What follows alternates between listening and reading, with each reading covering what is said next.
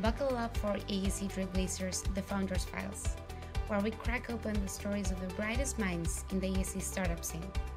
Forget institutional pitches. We're diving deep into the real personal journeys of these industry disruptors. Get ready for some casual chats firsthand.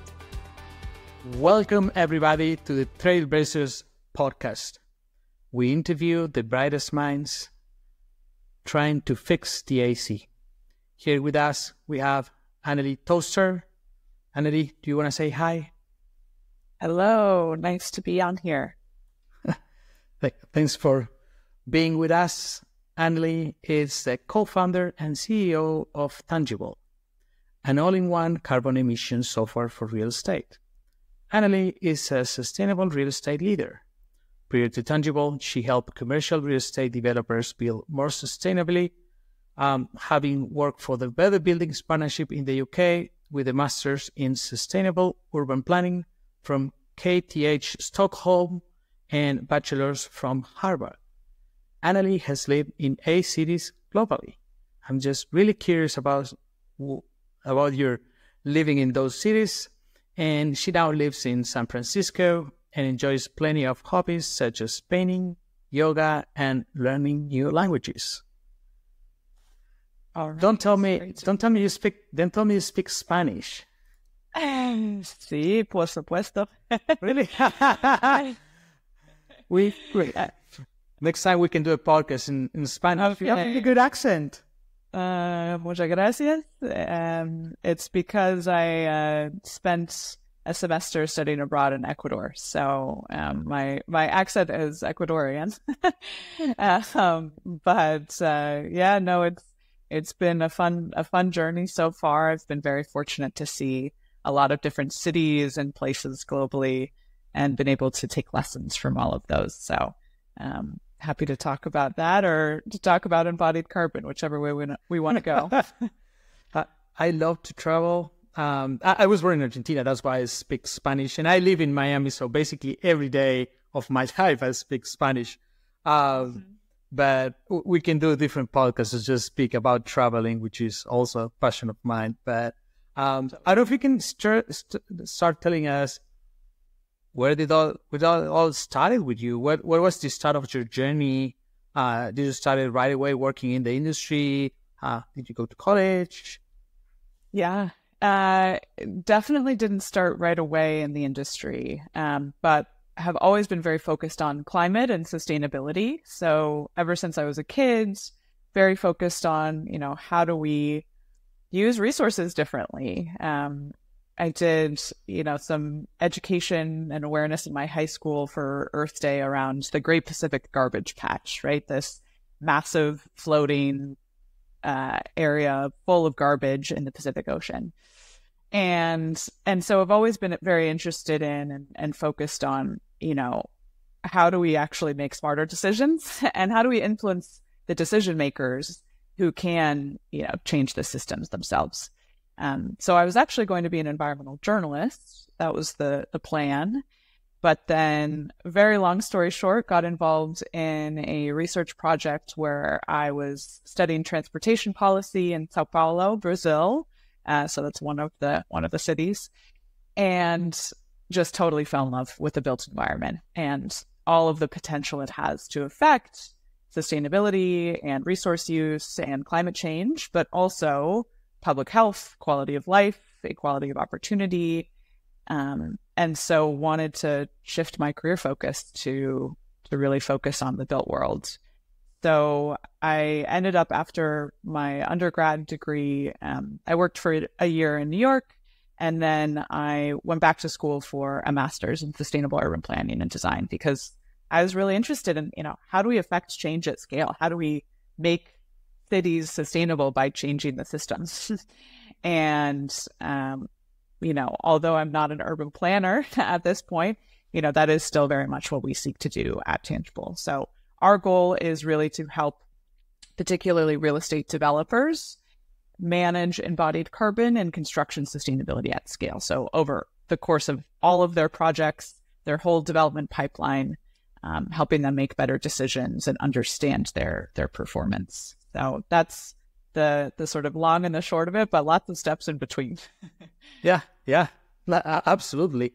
I'm just curious. You were about speaking that your first contact with the built environment was like urban planning, right?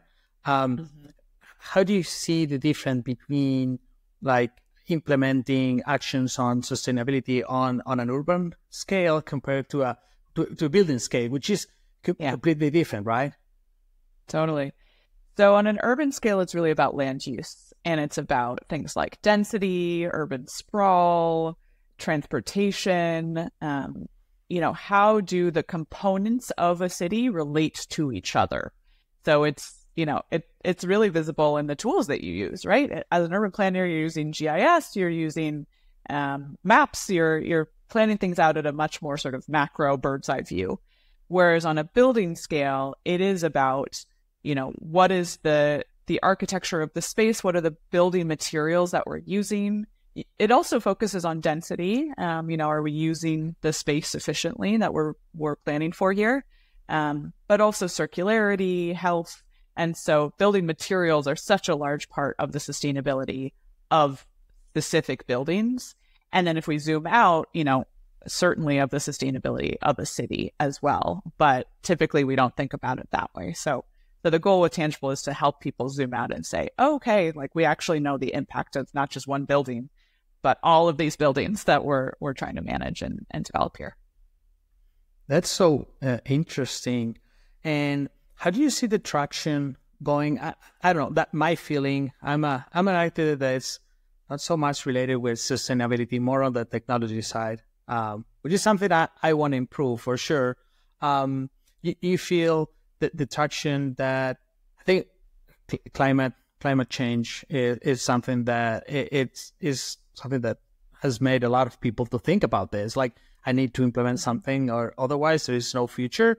You think it's the only reason that why people are thinking more about it, or there are other reasons as well?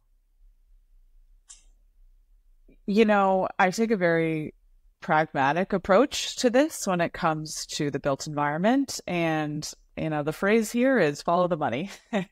So, real estate funds raise money from institutional investors and pension funds. Those pension funds and institutional investors have shareholders. And for the most part, those shareholders are people like you and me. And so it really comes down to what is the public that is invested in these capital markets players, what are they demanding? And so the shareholder activism that we've seen happening over the last, almost 10 years now has really driven some of these institutional investors to say, you know what, we got to decarbonize, because first of all, we might have people divesting their money from us, but also we understand that it is our duty as a fiduciary to invest in practices that are going to benefit us in the long term.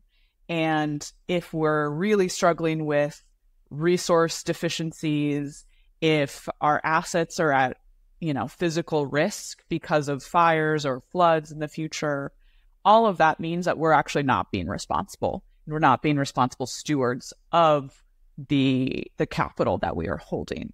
And so, for me, I worked for an ESG consultancy, a sustainability consultancy in London for a while. And this was the problem that we intersected with all the time, is how do capital markets actually influence the way that money is getting spent, basically. And so then if you follow it sort of down the chain, you have these institutional, investment managers, asset managers, developers who have this capital that they are then investing in developing these buildings.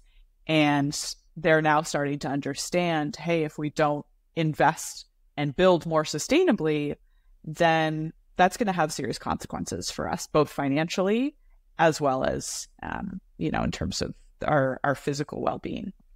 So I think it's been something that's evolved dramatically over time. And, climate is a public health issue. Climate is an equity issue. It's not just, birds and bees and trees. And so I think folks are starting to understand the real financial impacts of not taking action.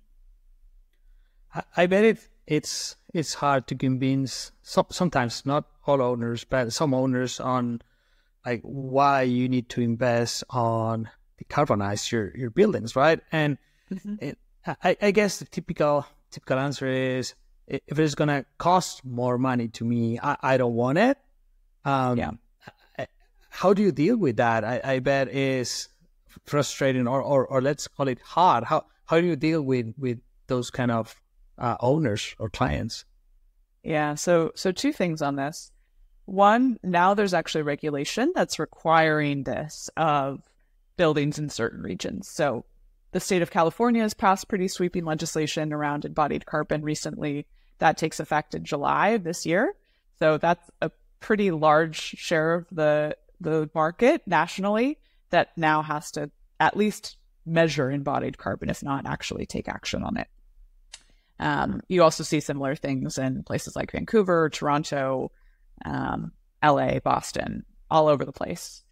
The other big driver, I would say, is, it's not necessarily more costly to use lower carbon building materials. We're starting to learn more and more about the really cost parity of certain low carbon concrete solutions, which is oftentimes the biggest part of a ground up development's carbon emissions. And so educating folks on that and being able to provide them with resources there then oftentimes gets them over the line and say, okay, actually, yeah, this is something that is feasible for us. It's not, it's something that we're just doing to make ourselves feel good. It is actually something that can save us money. And then the last piece I'll say is it's not just about using different materials. It's not just about using some flashy new product, although, we need to make those investments too. It's also about using less material. So it's a term that sometimes is called dematerialization. And dematerialization is really, can we use less product in order to build the same building? And sometimes there's just excess material, whether it's on the facade or in the structure or, whatever it is. We're oftentimes over-engineering these buildings. And every little bit of concrete that we're not using is good for the most part. So there's a lot of misconceptions in this space. And so, what we do is we show folks that, we have an easy and cost-effective way to help you think about your building materials differently. Yeah, that's a really... I think it's a great point, and it's a misconception, like you said, and it applies to anything. Like technology is the same. Like if you like Beam, for example, some companies they don't want to apply it, and I feel that if you're just adding cost, it is not worth it. A good entrepreneur or a good product is it's not only going to be good for your process, it's going to be cheaper or faster or it is a combination of facts and you need to accomplish that. So yeah, you have to add value. You can't just say this is a cost done. You have to show them that no, you're actually going to understand your buildings better because of this. Yeah, even if there is a legislation, you still need to add value, and I feel that that's what draws a good line between entrepreneurs that stay over time and those who don't, I guess. Totally. But and one of the challenges that, I'm sure you've experienced is a lot of the software for the AEC industry is very technical. And so, it's very specialized to one particular user, one particular stakeholder. And some software needs to be that way. But we wanted to build software that was really intuitive by all stakeholders so that we could have them see the same information and draw consensus together. So I'm curious to hear from your perspective, how does workflow, usability, all of that help drive action or drive value in these firms? No, absolutely. I guess it's a change that is not only happening to what you're doing, but in general, we used to for example, architects, we used to just use Revit and use it for everything. And that never happens or never happens for a long time in any industry. Like that is a really complex software is something that everybody's is using. Like a good example, I feel it's SAP, that it's so complex, even to like implement it in a company that new companies like HubSpot or Salesforce took place, where it's something easy. And then you have different packages for different stakeholders within a company. It's not just big piece of Revit or SAP, but smaller products that complement each other. And I feel the same is happening in the AC. People are still going to use Revit, but it's going to be for smaller pieces of the process. And then it's going to complement with platforms that are cloud, that are easy to use, that are easy to understand. So I think you bring a great topic, and you're right on time on the market on what things are happening out there. Yeah, it is a great point that, there's going to be specialized, not just products, but products within a product for different types of stakeholders. And so how do you sort of serve the right amount of needs to start? Because enterprise software just has a lot of requirements. That's just sort of how it goes, right? There's a lot of different needs that you need to be able to service if you're going to be implemented at scale. I'm curious if you have any thoughts on how you start, given that the software does need to be complex, even if it's very user-friendly.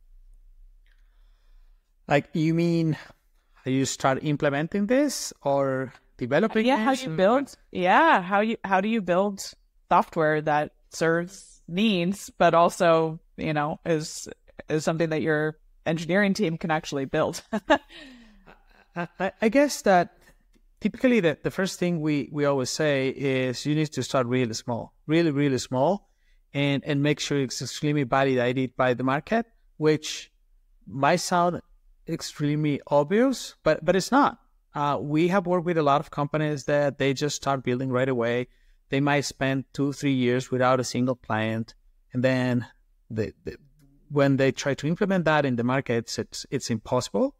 And then I feel that it's like you said with buildings, that you are not trying to change the process completely. Like, buildings are going to still use maybe the same materials, but it's going to be less materials. And then, so how do you add value with something that is going to not break the process that these companies are using, which is one of the hardest walls to go through when you're implementing a software? It's like, we already have a process in place. You're going to break our process? So you need to find a way, like you're doing the same building with less materials, do the same thing. Okay, you have your process, it's going to be the exact same process, but now it's going to be much simpler, less steps. And instead of, having 10 engineers doing it, you're just going to need one. So I feel that for me, that's the key concept, that you need to adapt to clients and not clients to you. I tend to be I feel that most entrepreneurs still follow the idea of Steve Jobs of creating the new iPhone, and sure, that can happen. One in a million entrepreneurs is going to do that, but in general, like, most entrepreneurs are just improving and adapting to the client, not just bringing something extremely fancy to the market and changing it all. So that's my statement. I don't know if you agree with it or yeah, no, I completely. You have to figure out how to solve pain points and sort of build out from there. I'm just curious, how were you started in 2021, right? Yes. So how was for you at the beginning working at Tangible? I'm just curious that I would say the first 2 or 3 years are the hardest. How was for you at the beginning? Did you have to pivot, or I'm just curious on the process you did at the beginning. Yeah. We did a lot of research at the beginning. I think making sure that we were hewing really closely to customer needs and also focusing on the right customer to begin with was super important to us. So, we spent a lot of time not necessarily building software, but playing around with different designs, different concepts, and then doing like a really, really scrappy version of the platform, testing that with people, very iterative approach. And, we learned a lot through that process. I think it's been an amazing journey so far. I would say we're still very much at the beginning. We're 2.5 years almost in. So yeah, 2 years and a few months. And we've only been commercial for just over 6 months. So we're still new. We're still new players to the market. So still in that sort of critical early phase. But it's been fantastic to see the response from folks that previously had no sense of their embodied carbon impact and the materials they were using or what to do about it. And then to have them use the software and say, oh, actually, let's have a conversation about our concrete mix. Like that change and being able to have an impact in organizations in a matter of weeks is really, really rewarding. And I think we only expect this to grow as we get, more and more developers, more and more general contractors onboarded onto our platform. The more data we have from the industry, the better we are able to inform decisions for all factors, all people in the industry as well, because data is our friend here. So I think there's a lot that we have yet to learn, but it's been great. Well, currently, most of your clients are owners or GCs or half and half. Yeah, primarily owner developers, and then we have some general contractors and a couple consulting clients as well. So it's a mixture. And how do you envision? Sorry, I'm an architect, and I'm biased to always think on the process we do when we design a building, or for sure. How do you envision that it's going to be in the future, the relationship between architects or engineers, while they're designing the building? You feel it's going to be kind of a ChatGPT thing that while you are designing, there's going to be suggestions on like, hey, you're not choosing the right, material, or you're not choosing the right shape because you're wasting material here. And instead of sometimes waiting till the end of the process, suggest changes and then go back. How do you envision that? Yeah. So I was lucky to be on a panel last week that was hosted by Suffolk Technologies, which is a related but separate company from Suffolk Construction. And the chief innovation officer at Autodesk, Nicholas Mangan, spoke about what they're doing at Autodesk. And not to say that Autodesk is necessarily going to set the stage for everybody, but it's some indication of where the industry is going from a technology perspective. And I think the vision that he laid out, where you're designing buildings with outputs in mind, outcomes in mind, versus, hey, let's build a building and then see what the carbon footprint looks like and see what, the daylighting looks like and if it meets requirements, whatever. Using technology to assist in meeting outcomes is where I think the future is going. The other thing is, I think it's going to be a much more collaborative process. One thing that we've seen from developers and owners using our platform is they have a better understanding of where materials are playing a role, but also what the process looks like for their contractors, for their architects, for the other folks actually building their buildings. And I think that's a really positive step forward for the industry if people actually have a better understanding of each other's workflows and have places to collaborate, have technology that can actually help facilitate those conversations. So I think more collaboration and ideally more of a sense of like, what's our end goal at the beginning of the process. Well, that makes so much sense. I guess it's more of a product focus, like other industries do, right? Like if you're a car manufacturer, like you don't design a car, check if it's a good car, and then do it again, right? Just design the right car. Exactly. So Yeah. And I think I'm curious to see how technology and, AI and machine learning are part of this, but also just iterative generative design. How can we use that to still have a really creative process? I think right now, if you ask a lot of architects, they spend a lot of their time not doing the creative work and doing like the really tedious manual work, right?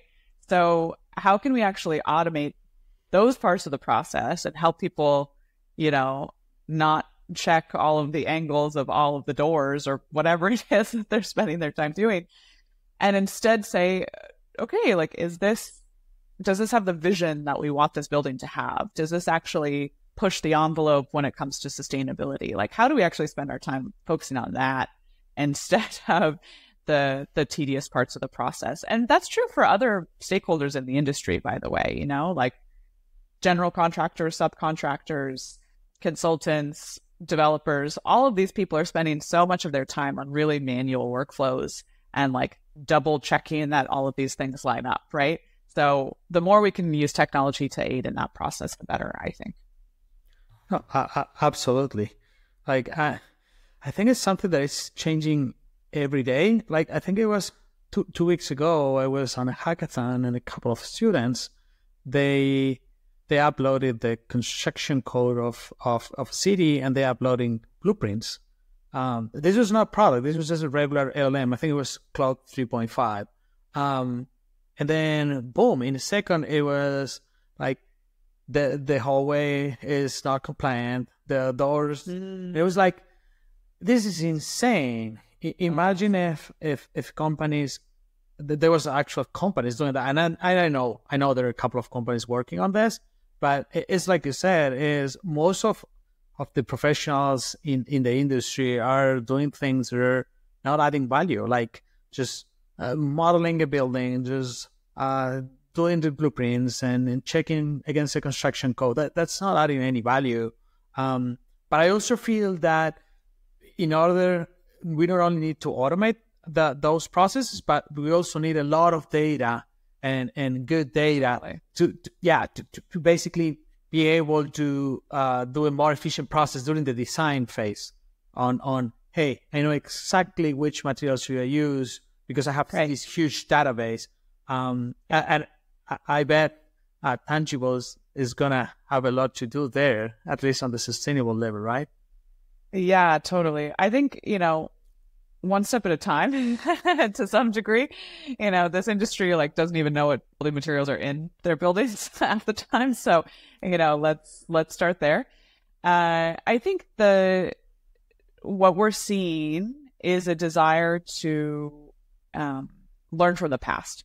And I think that's something that, technology can really assist with, right? So based on these 10 projects that you've done previously, like, what do we expect from your next project? Like, that's something that we can do, to a pretty substantial degree at this point. I think what I will say is we always want a human steering the process, steering the boat. And so, because, these are real buildings and we want them to be built well. We want them to comply. We want the data to be accurate.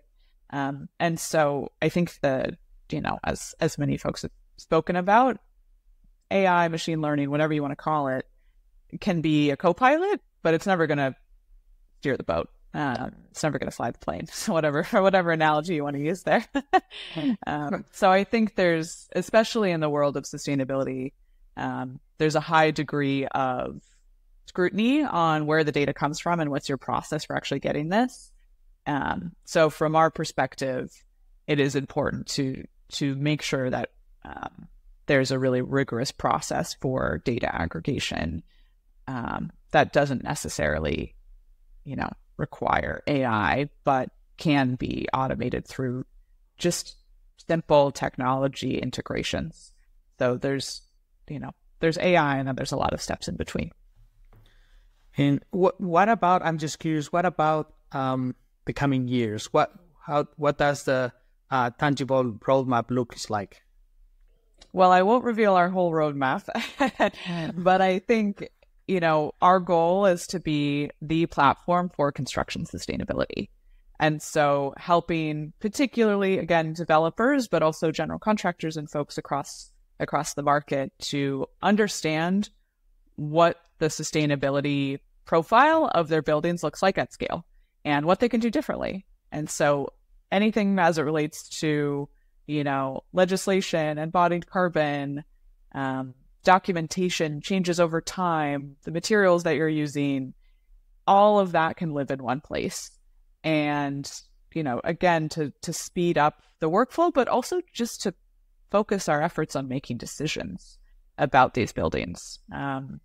So, we've seen a lot of point solutions, and our goal is to be that aggregator that combines everything in one platform and, works with other technology companies as well to source data, to combine it, to map it, and to, again, help make decisions at scale. So I think the industry will be evolving right alongside us as we build that out. That's so cool. And you feel it's going to be for just medium, large scale buildings, or you also feel that this is going to be something that we can even involve like houses, or for like the regular people out there who is trying to create something? Yeah, I think it's a great question. So the reason that we've decided to focus on commercial real estate is because you have all of these drivers affecting these players, right? You have the legislation that targets commercial real estate. You have the capital markets players that are saying, hey, you need to decarbonize.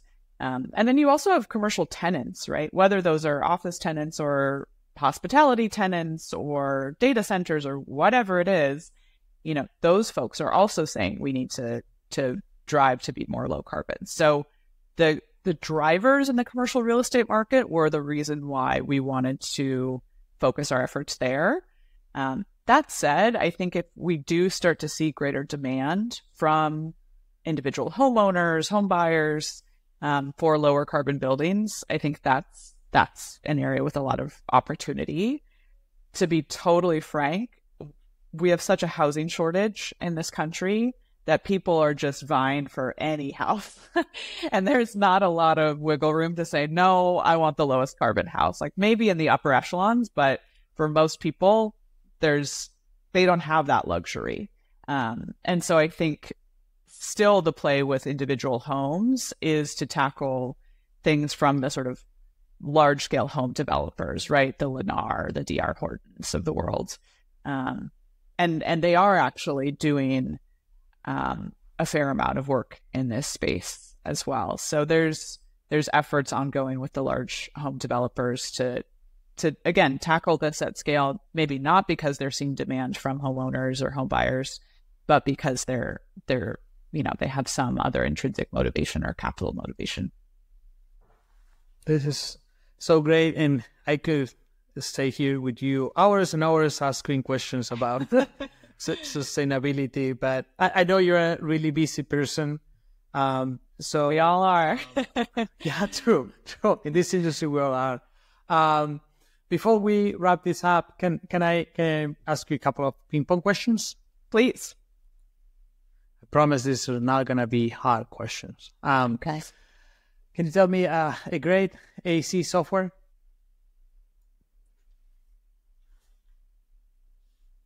I think Bluebeam is such a simple concept, but has gone so far in, actually allowing for greater collaboration that I'm excited to see what the new iteration, the new generation of Bluebeam looks like.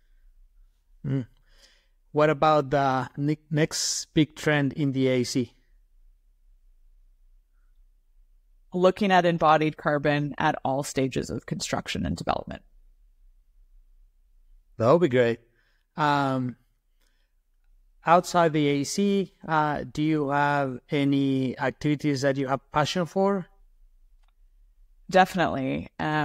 You mentioned at the beginning that I also do a lot of art in my spare time. These days I don't have a lot of spare time, so unfortunately that's taken a bit of a backseat. But that's a huge passion of mine is painting and doing creative pursuits. Nice. If you could collaborate with any person in history on any project, which person would you choose? I mean, I'm not a landscape architect, but I think working on the development of Golden Gate Park or Central Park would have been such an amazing project. And I think those projects are incredibly successful in so many ways, but it would have just been such an amazing process to shape this natural landmark for these cities. Your favorite building in the world, and have you ever visited?